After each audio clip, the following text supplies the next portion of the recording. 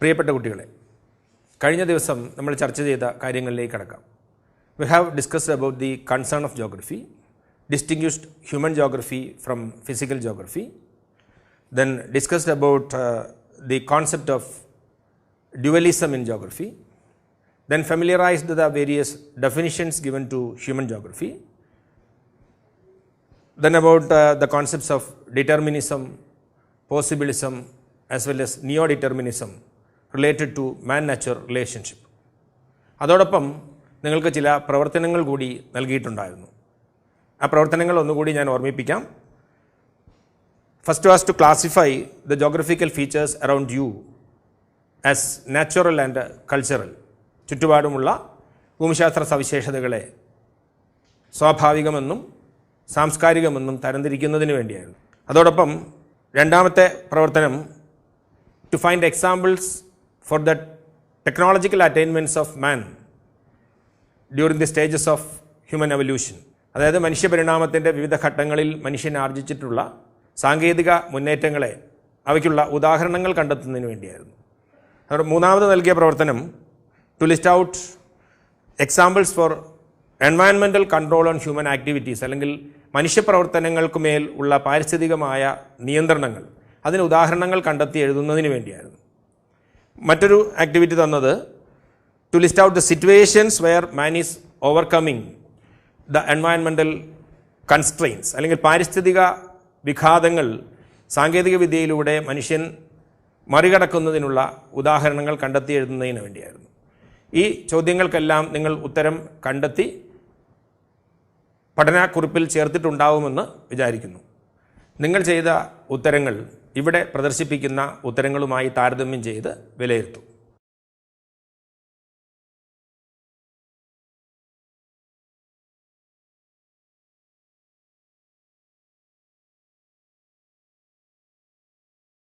ഇനി ഈ യൂണിറ്റിൽ അടുത്ത പ്രധാനപ്പെട്ട ആശയം the stages of evolution of human geography എന്നതാണ്. മാനവിക ഭൂമിശാസ്ത്രത്തിൻ്റെ പരിണാമ ഘട്ടങ്ങളെക്കുറിച്ച് മനസ്സിലാക്കുകയാണ് ഇവിടെ. പ്രധാനമായും മാനവിക ഭൂമിശാസ്ത്രത്തിൽ സമീപനത്തിൽ മാറ്റങ്ങൾ ഉണ്ടാക്കിയ 6 ഘട്ടങ്ങളാണുള്ളത്.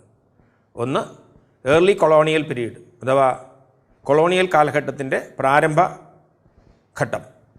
2, ലേറ്റ് കൊളോണിയൽ പീരീഡ്, കൊളോണിയലിസത്തിൻ്റെ അവസാന പാദം.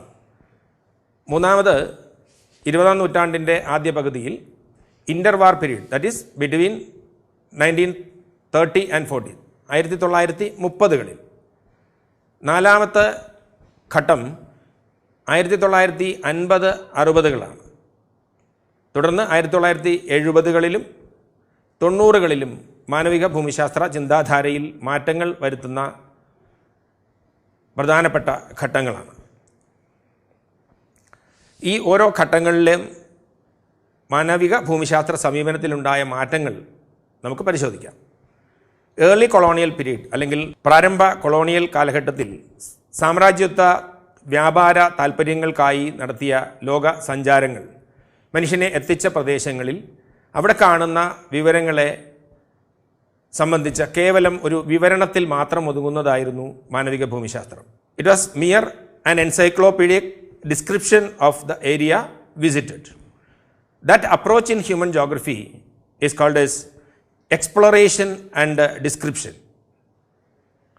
രണ്ടാമത്തെ ഘട്ടം ലേറ്റർ കൊളോണിയൽ പീരീഡ് അല്ലെങ്കിൽ കൊളോണിയലിസത്തിൻ്റെ ശേഷഭാഗം.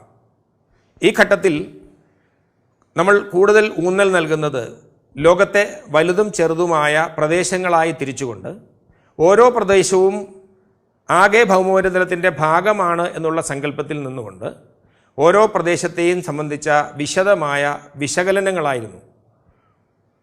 ഈ വിശകലന ഘട്ടത്തെ അറിയപ്പെടുന്നത്, അല്ലെങ്കിൽ ഈ സമീപനത്തെ അറിയപ്പെടുന്നത് റീജിയണൽ അനാലിസിസ് അല്ലെങ്കിൽ പ്രാദേശിക വിശകലന സമീപനമെന്നാണ്. മൂന്നാമത് 1930-കളിലേക്ക് വരുമ്പോൾ, അത് നിങ്ങൾക്കറിയാം, 1-ാം ലോക യുദ്ധത്തിനും 2-ാം ലോക യുദ്ധത്തിനും ഇടയ്ക്ക് വരുന്ന ഇൻ്റർവാർ പീരീഡാണ്. ഈ കാലഘട്ടത്തിലെ ആവശ്യം ഓരോ പ്രദേശത്തിനും തനതായ സവിശേഷതകൾ എന്തെല്ലാമെന്ന് തിരിച്ചറിയുകയും ഈ തനത് സവിശേഷതകൾ കൊണ്ട് മറ്റു പ്രദേശങ്ങളിൽ നിന്ന് ഒരു പ്രദേശം എങ്ങനെ വിഭിന്നമാകുന്നു എന്ന് തിരിച്ചറിയലുമായിരുന്നു. The focus was on identifying the uniqueness of every region and to understand how and why it is different from other regions. മറ്റു പ്രദേശങ്ങളിൽ ഇവയ്ക്ക് ഉള്ള വ്യത്യാസം.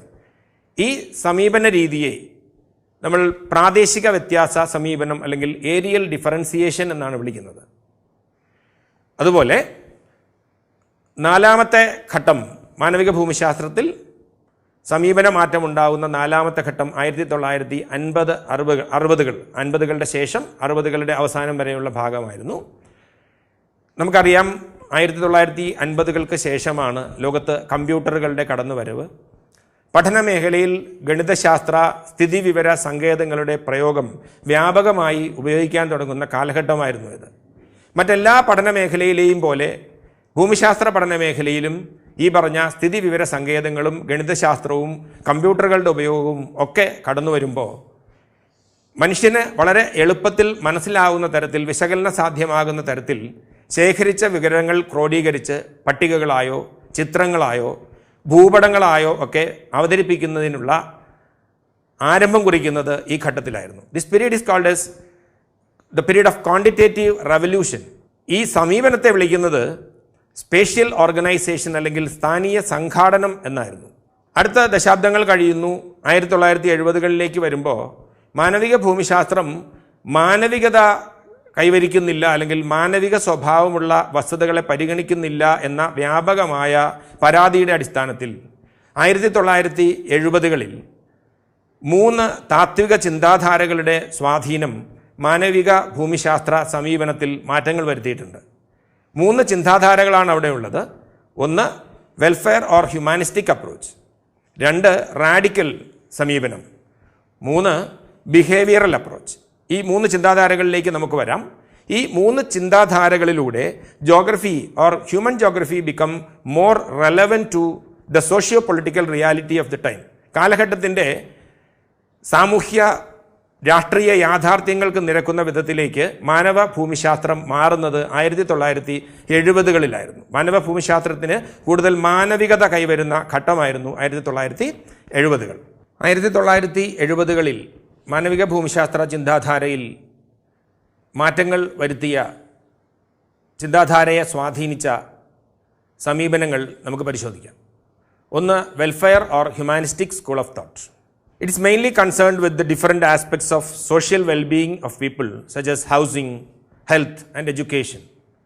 ഭവനം, ആരോഗ്യം, വിദ്യാഭ്യാസം തുടങ്ങിയ മനുഷ്യക്ഷേമ കാര്യങ്ങൾ കൂടുതലായി മാനവിക ഭൂമിശാസ്ത്രം അഡ്രസ്സ് ചെയ്യുന്നതിലേക്ക് മാനവിക ഭൂമിശാസ്ത്രത്തെ മാറ്റിമറിക്കുന്നത് ഈ ക്ഷേമ സമീപനമായിരുന്നു. മനുഷ്യക്ഷേമ കാര്യങ്ങൾക്ക് കൂടുതൽ ഊന്നൽ നൽകുന്ന, അതിന് സഹായകമായ സമീപനമായിരുന്നു വെൽഫെയർ അപ്രോച്ച്. 2 radical approach. സമകാലികമായി നിലനിന്നിരുന്ന അന്നത്തെ സമകാലിക പ്രശ്നങ്ങൾക്ക്, അതായത് ദാരിദ്ര്യം, പിന്നോക്കാവസ്ഥ, അവഗണന തുടങ്ങിയ സാമൂഹിക പ്രശ്നങ്ങൾക്ക് അടിസ്ഥാന കാരണം മുതലാളിത്തം അഥവാ ക്യാപിറ്റലിസം ആണ് എന്ന് പറയുന്ന മാർക്സിയൻ ചിന്താധാരയിൽ ഊന്നിയുള്ള സമീപനമായിരുന്നു റാഡിക്കൽ സമീപനം. എന്നാൽ 3ാമത്തെ സമീപനം it is behavioural approach. It lays emphasis on experiences. ജീവിത അനുഭവങ്ങൾക്ക് കൂടുതൽ പ്രാമുഖ്യം നൽകുകയും ജീവിത അനുഭവങ്ങൾക്ക് വിധേയമായ വസ്തുതകളെ മാനവിക ഭൂമിശാസ്ത്രത്തിൽ ഉൾപ്പെടുത്തുകയും ചെയ്യുന്നതിന് സഹായകമായ താത്വിക സമീപനമായിരുന്നു ബിഹേവിയറൽ അപ്രോച്ച്. അങ്ങനെ ഈ 3 സമീപനങ്ങളും 1970കളിൽ മാനവ ഭൂമിശാസ്ത്ര വിഷയത്തെ കൂടുതൽ മാനവിക സ്വഭാവം ഉള്ള വിഷയമാക്കി മാറ്റുകയാണ് ചെയ്യുന്നത്. തുടർന്ന് 1990കളിലേക്ക് വരുമ്പോൾ importance of understanding each local context in its on importance was emphasised. ഓരോ പ്രാദേശിക സംഭവ വികാസങ്ങളെയും അതിൻ്റേതായ ഗൗരവത്തോടുകൂടി പരിഗണിച്ച് പഠന വിഷയത്തിൻ്റെ ഭാഗമാക്കുന്നതിന് കൂടുതൽ ഊന്നൽ നൽകുന്ന സമീപനമായിരുന്നു 1990കളിൽ മാനവിക ഭൂമിശാസ്ത്രത്തിൽ ഉണ്ടാകുന്നത്. ഈ ഘട്ടത്തെ പോസ്റ്റ് മോഡേണിസം എന്നാണ് വിളിക്കുന്നത്. ഇനി നിങ്ങൾക്കൊരു പ്രവർത്തനമാണ്. Prepare A table showing the different stages in evolution of human geography. മാനവ ഭൂമിശാസ്ത്രത്തിൻ്റെ പരിണാമഘട്ടങ്ങൾ വിശദമാക്കുന്ന ഒരു പട്ടിക തയ്യാറാക്കുക.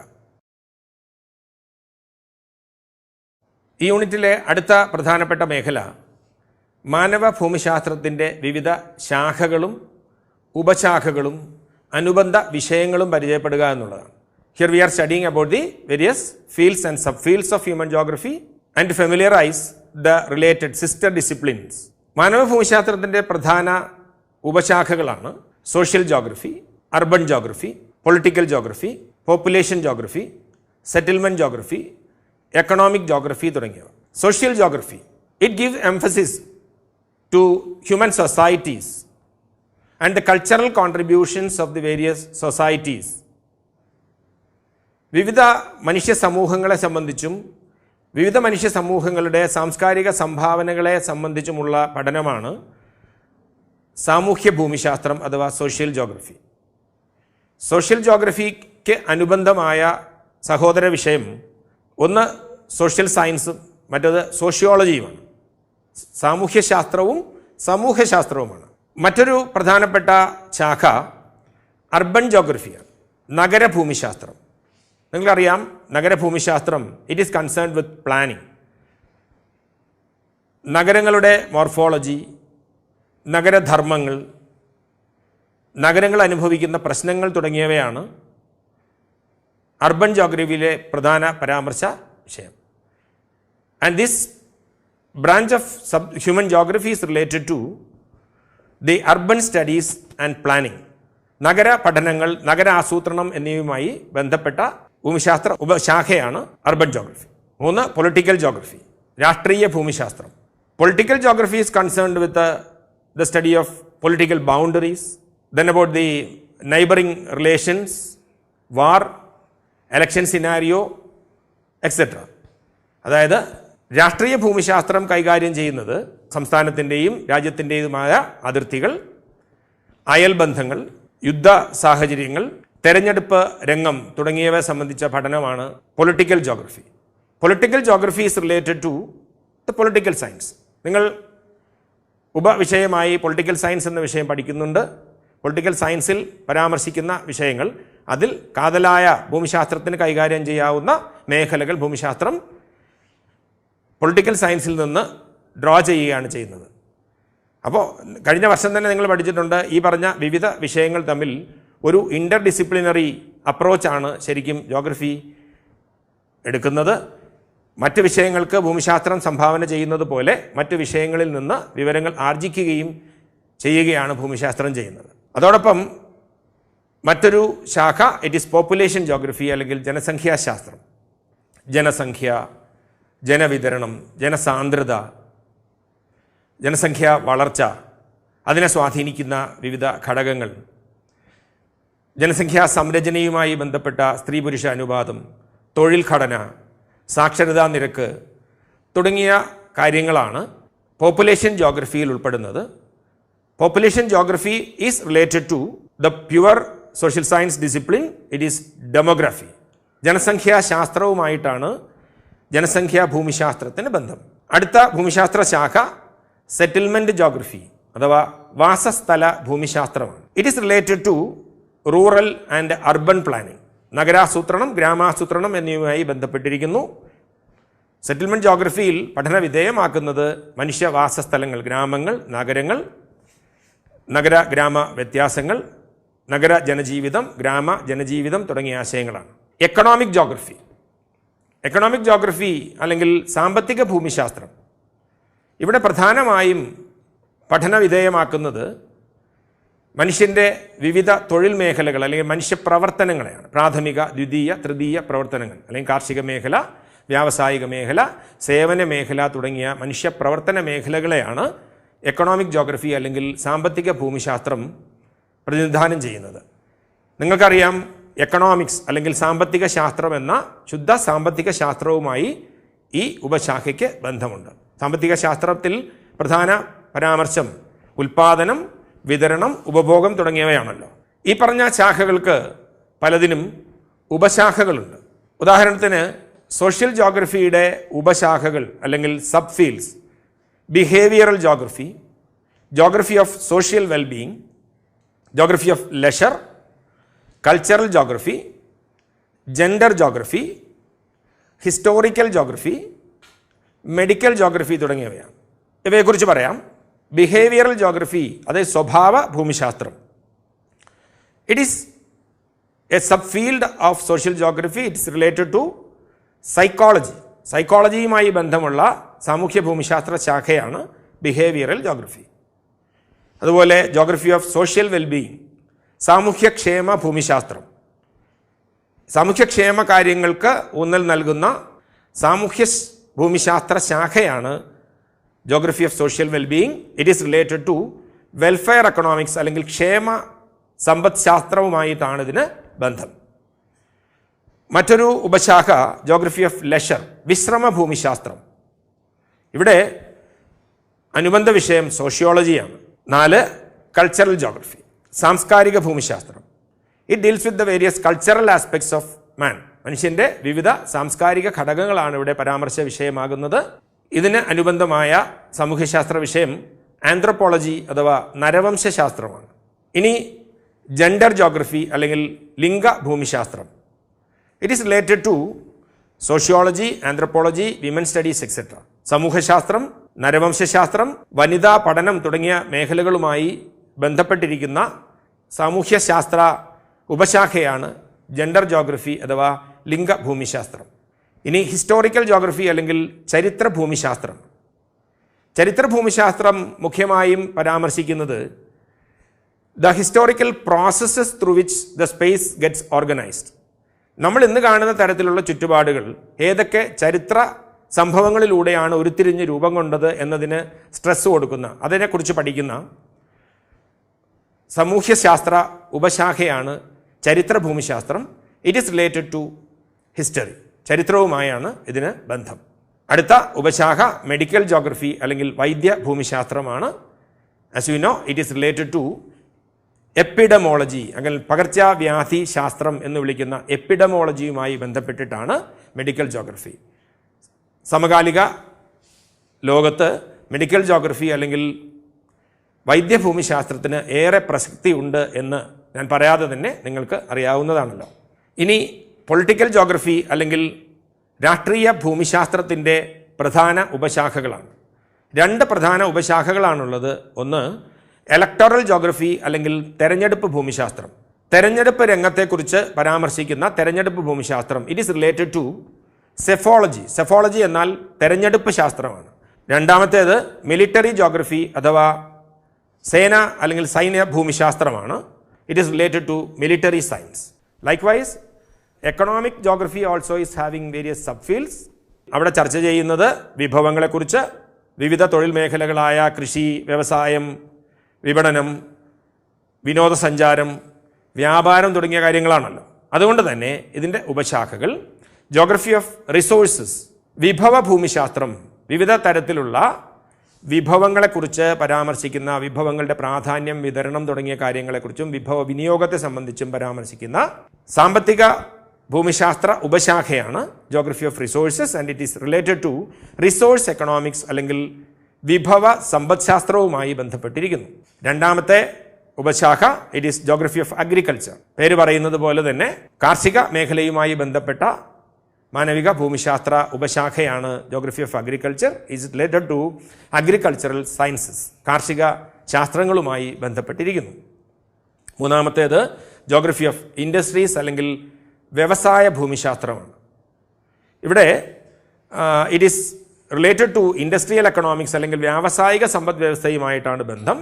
ഇവിടെ പരാമർശിക്കുന്നത് വിവിധ തരത്തിലുള്ള വ്യവസായങ്ങൾ, അവയുടെ വർഗീകരണം, അവയുടെ സ്ഥാനനിർണ്ണയം തുടങ്ങിയ ഘടകങ്ങളാണ് ജോഗ്രഫി ഓഫ് ഇൻഡസ്ട്രീസ് എന്ന ഉപശാഖയിൽ പരാമർശിക്കുന്നത്. ഇനി ജോഗ്രഫി ഓഫ് മാർക്കറ്റിംഗ് അല്ലെങ്കിൽ വിപണന ഭൂമിശാസ്ത്രം. പേര് പറയുന്നത് പോലെ തന്നെ വിപണന ഭൂമിശാസ്ത്രം it is related to business studies, commerce, economics, ഈ പറഞ്ഞ വിഷയങ്ങളുമായിട്ടാണ് ബന്ധം. ഇനി ജോഗ്രഫി ഓഫ് ടൂറിസം, വിനോദസഞ്ചാര ഭൂമിശാസ്ത്രമാണ് അടുത്തത്. It is related to tourism and travel management. വിനോദസഞ്ചാരവുമായി അല്ലെങ്കിൽ ടൂറിസം ട്രാവൽ മാനേജ്മെൻറ്റ് എന്ന് പറയുന്ന സ്വതന്ത്ര വിഷയവുമായിട്ടാണ് ജോഗ്രഫി ഓഫ് ടൂറിസം എന്ന് പറയുന്ന ഉപശാഖയ്ക്ക് ബന്ധം. And finally the geography of international trade അല്ലെങ്കിൽ അന്താരാഷ്ട്ര വ്യാപാര ഭൂമിശാസ്ത്രം. ഇത് ഇൻ്റർനാഷണൽ ട്രേഡ് എന്ന് പറഞ്ഞ സ്വതന്ത്ര പഠന മേഖലയുമായി ബന്ധപ്പെട്ടിരിക്കുന്നു. ഇങ്ങനെയാണ് ഭൂമിശാസ്ത്രത്തിൻ്റെ ശാഖകളും ഉപശാഖകളും അനുബന്ധ വിഷയങ്ങളും.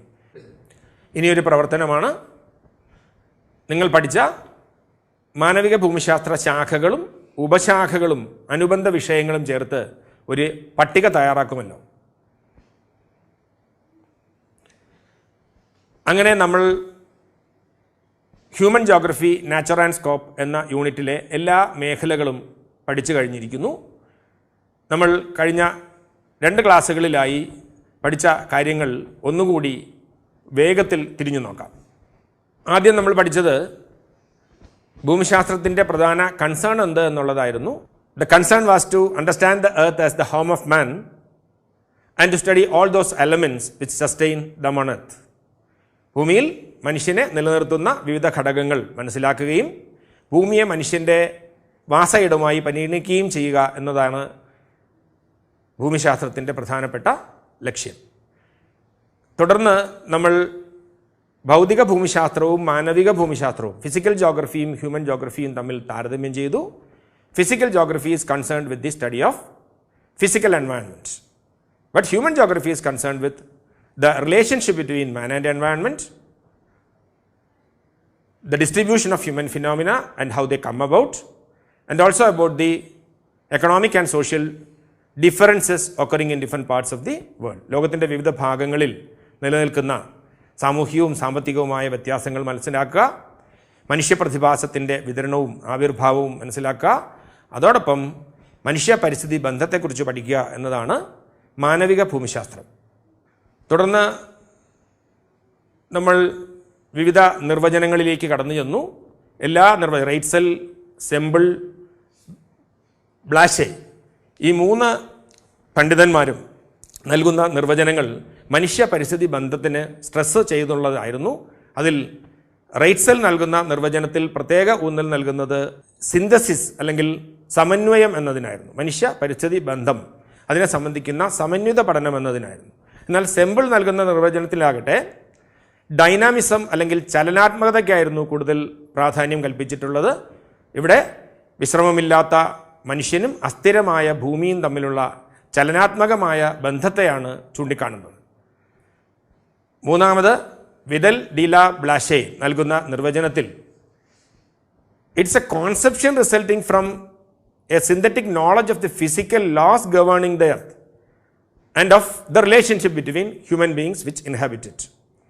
ഭൂമിയെ നിയന്ത്രിക്കുന്ന ഭൗതിക നിയമങ്ങളും അതിൽ അധിവസിക്കുന്ന ജീവജാലങ്ങൾ തമ്മിലുള്ള പരസ്പര ബന്ധങ്ങളും ചേർത്തിണക്കിക്കൊണ്ടുള്ള സമന്വിത സങ്കല്പമാണ് മാനവിക ഭൂമിശാസ്ത്രമെന്നാണ് വിദൽ ഡി ല ബ്ലാഷ് അഭിപ്രായപ്പെടുന്നത്. തുടർന്ന് നമ്മൾ മനുഷ്യ പരിസ്ഥിതി പ്രതിപ്രവർത്തനത്തിലേക്ക് പോയി. പ്രതിപ്രവർത്തനം സാങ്കേതിക വിദ്യയിലൂടെയാണ് സാധ്യമാകുന്നത് എന്ന് പറഞ്ഞു. സാങ്കേതിക വിദ്യ എന്നാൽ ഓരോ സമൂഹവും ആർജിച്ചിട്ടുള്ള സാംസ്കാരിക വികസനത്തിൻ്റെ തലമാണെന്ന് പറഞ്ഞു. എത്ര കണ്ട് പ്രകൃതി നിയമങ്ങൾ അടുത്തറിയുന്നോ അത്ര കണ്ട് നമുക്ക് സാങ്കേതിക വിദ്യ കൈവരിക്കാനും ആ സാങ്കേതിക വിദ്യയിലൂടെ പാരിസ്ഥിതികമായ ചില ചട്ടങ്ങൾ മറികടക്കാനും നമുക്കാവും എന്നുള്ളതാണ് നമുക്ക് മനസ്സിലാക്കാനായത്. അതോടൊപ്പം ഈ മനുഷ്യ പരിസ്ഥിതി ബന്ധത്തെ സംബന്ധിക്കുന്ന 3 പ്രധാന സങ്കല്പങ്ങൾ നമ്മൾ പഠിച്ചു. ഒന്ന് ഡിറ്റർമിനിസം അഥവാ വിധിവിശ്വാസം അല്ലെങ്കിൽ നിയതവാദം. 2 പോസിബിളിസം അഥവാ സാധ്യതാവാദം. 3 നിയോ ഡിറ്റർമിനിസം അഥവാ നവനിയതവാദം. ഈ 3 കാര്യങ്ങളും പറയുന്നത് എന്താണെന്ന് ശ്രദ്ധിക്കാം. ഒന്ന് determinism. It is the environmental controls that determine the activities of man and man is not free to live according to their own choice. പാരിസ്ഥിതിക നിയന്ത്രണങ്ങളാണ് മനുഷ്യപ്രവർത്തനങ്ങളെ പൂർണ്ണമായും നിയന്ത്രിക്കുന്നതെന്നും മനുഷ്യൻ സ്വതന്ത്രനായി ജീവിക്കാൻ പ്രാപ്തനല്ല എന്നും പറയുന്ന വാദഗതിയാണിത്.